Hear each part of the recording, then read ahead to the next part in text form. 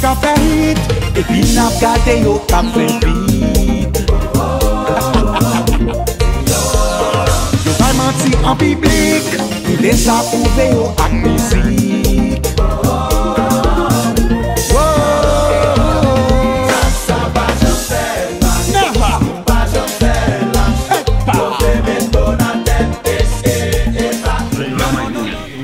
All right, this is Daniel from Sidestep Boxing. We got Silky Wilky here. Silky Wilky Campfort, Haitian, the hungry Haitian. Nice. How you feeling in training camp today, man? Feeling good, man. Just tired of training already, man. Just been training. It's just been like 5 weeks and stuff, you know, just going hard. So this is not the last week, but we have 1 more week to go. I'm just ready, man. I just been pushing, you know, working hard in training camp here at the Bulldog Boxing and Fitness. I'm just ready to go out there, man, to go over there in Dallas, Texas, man, to put on a show for the people and bring the title back to Florida, you know. That's all. That's what's up, man. I know about 1.5 years ago, man, you gave us our first honorable interview, man, and it was right here on that same tire, man. Same place, tire, same spot, man. Yeah, God is good, man. Yeah, and I know that was a rough year for you, man. Yes, it happened to be like you didn't fight that entire year. Yeah. Spent almost about 1.5 years not fighting or so. It was like I went 15 months without fighting. Right. And then I got a call in 3 weeks notice and stuff up there in Atlantic City to fight. I went and fought this kid named DeCarlo Perez, right, which is like over there in his hometown. It was a very hot prospect. In New Jersey. Yeah, New Jersey, very hot prospect in 3 week notice and stuff. And I went out there. Ever since then, that opened up a lot of doors for me. And it got me opportunity to fight in a lot of big shows and different big cars and stuff. Like now I got the, you know, and then that right there, that fight right there opened a lot of doors for me. Because of that fight, I got the national notice and stuff like that. A lot of different promoters, they see me and stuff like that, and boom. And that right there opened a lot of doors for me, and it got me signed with Al Heyman and stuff like that, you know. And I know that was 2014. That was at the beginning of 2014 in January. You ended up fighting 4 times that year. DeCarlo Perez, I forgot the other European guy's name. It was Robert Garcia's guy, undefeated. Yeah, the Russian kid. He's the BKB champion right now. The BKB champion. You got a split decision with him as well. And I know, like you said, that opened up a lot of doors. I know with main events calling you in the 2014, they were looking at you as somebody they could prospect and recruit. But what made you sign with Al Heyman? What was the final decision behind that? Well, the final decision about that, cause like I stopped making decisions on my own and stuff. Cause every decision I ever made, like when it comes to like boxing and personal life, I always screwed up and stuff. So I always I say, you know what? I ain't gonna make any more decisions. If anything, with my boxing career, I'm gonna let my wife handle that. So after those 2 fights, though, man, after I beat just like you said, the hot prospect, the Russian kid, after I beat him, and then right there, it was on the card of like Kovalev. It was on TV and everything like that. So a lot of people got to see me. They got to see what I was working with. They got to see my talent and my skills and stuff like that. So right there, after that fight, I had like different offers from different promoters and stuff. And then boom, when Al Heyman called, we got the call from Al Heyman, it was interested in signing us. So, you know, my wife said, you know what, we put everything. It was like 2 other promoters and stuff. I'm not gonna mention their names, and said with 2 other promoters that was interested in signing me also. So my wife said, we're going with Al Heyman. So hey, I have to listen to her. She's the boss, you know. Yeah, she's the boss. She made the right decision for you. I mean, she made the right decision, man. She's the boss. So I did what she wanted to do. So with Al Heyman, so thank God though, man, we signed with Al Heyman because of Al Heyman. Like, because of him, we got this opportunity. Not just him, but because of him and God and our hard work and stuff, we got this opportunity November 28th to fight for the world title. And now, just to give our viewers a little background, you went through a really hard time trying to promote yourself fighting here in Tampa locally and stuff like that. And you know, within that 1 year, obviously you didn't get anything. Your record was you have a stout record. Obviously that's not gonna want people to fight you, or they're not gonna be interested or be on their toes to fight you, especially in local cards as well, when you got other prospects trying to move up.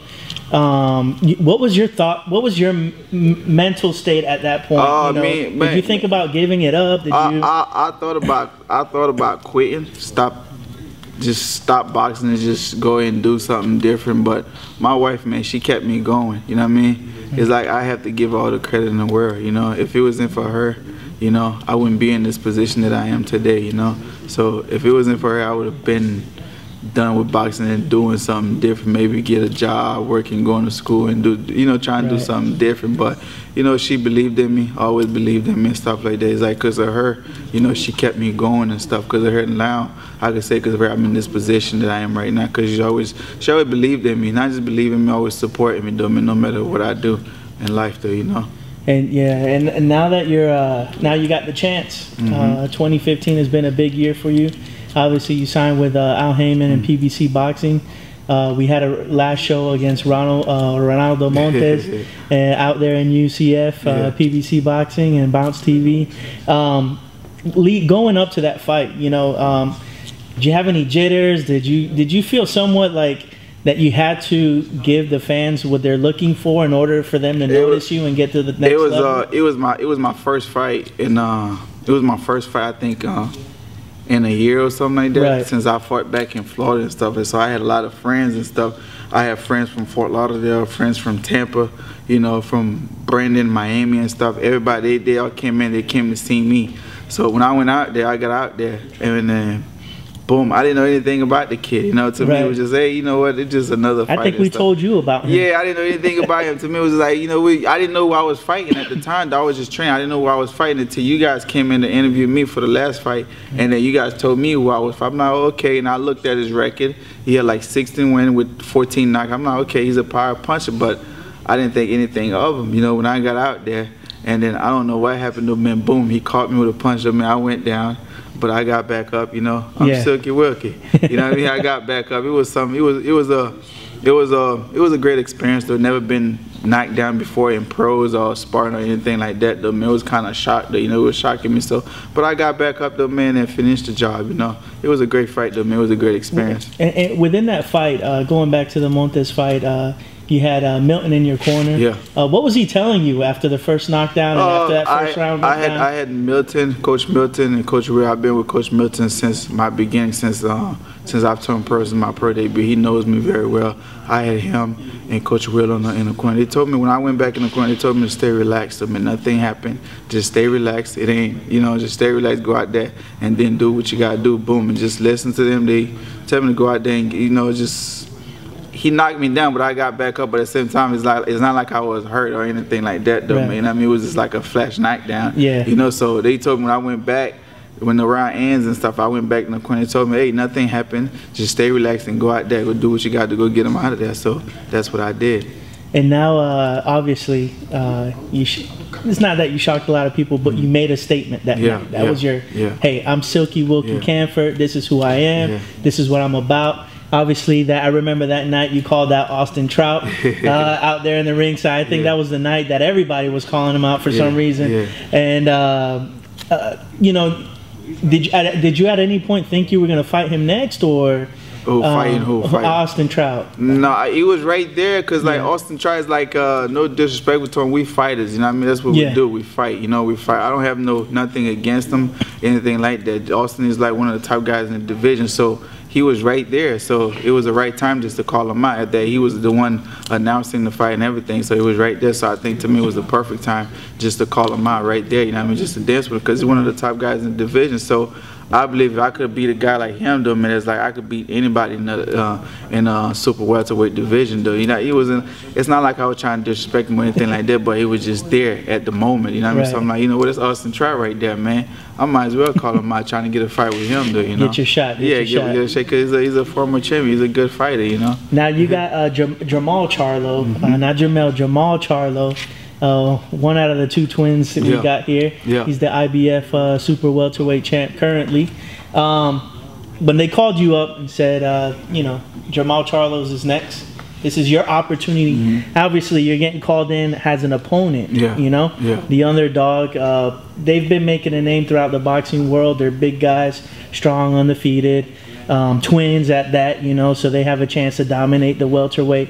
What was your thought behind that, and what's your thought process right now? I mean, when they called me for the fight, though, man, it's like because it was other fight they had called, because like I'm ranking number 14 by the IBF and stuff, because it was other fight that ranked higher than me that they called them before they called me for the fight, and then they didn't accept the fight. They didn't want to get in the ring with Jermall. So when they called me, they said, "Hey, Wilky, are you interested in fighting Jermall?" I'm like, "Hey, listen, man, the man got 2 hands, I got 2 hands, you know." So send the contract. So they send the contract. So boom, there you go. November 28th, though, man, we're gonna make it do what it do, you know. You see how you see, I'm training my butt off, you know. I'm not going in there just to lay down, cause to me, just another fight, just like me. He got 2 hands, I got 2 hands. I'm going in there to do what I got to do to bring the title back to Florida. That's what I'm going to do. All right. Now I know. Now that we know you're gonna be fighting on November the 28th after your last fight, going back. Most people would say they want to go to Disney World after a big fight, or after a fight. Obviously, we're right here down the street from UCF, but you actually took a trip to Haiti. What was that about, and how was that with you and your wife? How did that trip go for you? Man, it was nice though, man. Just to go back home for the first time in, like, let me see, for the first time I think, and I would say in 7 years or 8 years or something like that. And it was my wife. We've been together for 11 years. Wow. And it was her first time going out there. And then she enjoyed herself. I enjoyed myself. We had a great time out there, man. We can't wait to go back over there, you know. Once I get tired, the first thing I would do, come back to Florida, celebrate with my people in Florida, and then boom, I'm gonna take a trip to Haiti to see my grandmother, and my little sister out there. Do you think in the future you might want to open up another Bulldog boxing gym out in Haiti, or man, that would do be something for your people? That would be great though, man. Cause when we went out there, it's like there's a lot of kids out there that wants to box, but there's no boxing gyms out there. There's no opportunities out there. It's not like over here. Like, we have boxing gyms in every corner, in every street. So it's not like that over there. So it would be something that me and my wife have been talking about. Yeah. Maybe in the future, but right now, though, man, we're low on funds and stuff like that. So we don't have the money where we could go over there just to open up a gym and stuff like that. But maybe hopefully if everything goes well with this fight in the future and stuff like that, something that we thinking about doing, though. You know what I mean? Just to give back and then help the kids over there, give them something to do. All right. Yeah. And is there anything you would like to say to your local crowd here in Tampa, Florida, man, your boxing fans out there? My Tampa people, Brandon people, Fort Lauderdale people, man, I love you guys, man. I want you guys to tune in November 28th, though, man. Just tune in on NBC and support your local champ, Silky Wilky. No matter what, though, man, I'm going to go in there and do the best I could do to bring the title back to Florida, man. And thank you very much, and keep supporting me. I appreciate you guys. All right, well, this is Daniel from Sidestep Boxing here with Silky Wilky. We out, man. Reporting. Reloaded.